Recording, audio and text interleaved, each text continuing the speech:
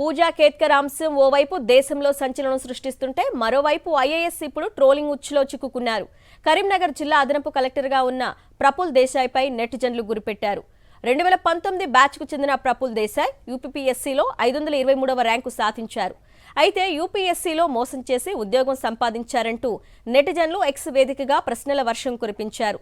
దివ్యాంగుల కోటాలో అర్హత సాధించిన ప్రఫుల్ దేశాయ్ ట్రెక్కింగ్, గుర్రపు స్వారీ, బ్యాడ్మింటన్ ఫోటోలు షేర్ చేయడమేంటని ప్రశ్నిస్తున్నారు. అంగవైకల్యంతో ఇదెలా సాధ్యమంటూ అనుమానాలు లేవనెత్తారు. అయితే అందుకు వెంటనే రియాక్ట్ అయిన అడిషనల్ కలెక్టర్ ప్రఫుల్ దేశాయ్ జీవితంలో పోరాడుతున్నానని, తానెలాంటి పరీక్షకైనా సిద్ధమంటూ 3 పేజీల లేఖ ఎక్స్ వేదికగా షేర్ చేశారు.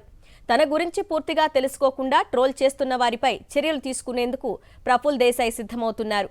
కేత్కర్ వ్యవహారంతో ఇప్పుడు యూపీఎస్సీ, ఈడబ్ల్యూఎస్, వీల్చైర్ హ్యాష్ ట్యాగ్లతో యూపీఎస్సీ స్కామ్ పేరిట సోషల్ మీడియా మార్మోగుతోంది. ఈ వివాదంలో కరీంనగర్ అడిషనల్ కలెక్టర్ పేరు కూడా రావటం ఇప్పుడు చర్చనీయాంశంగా మారింది.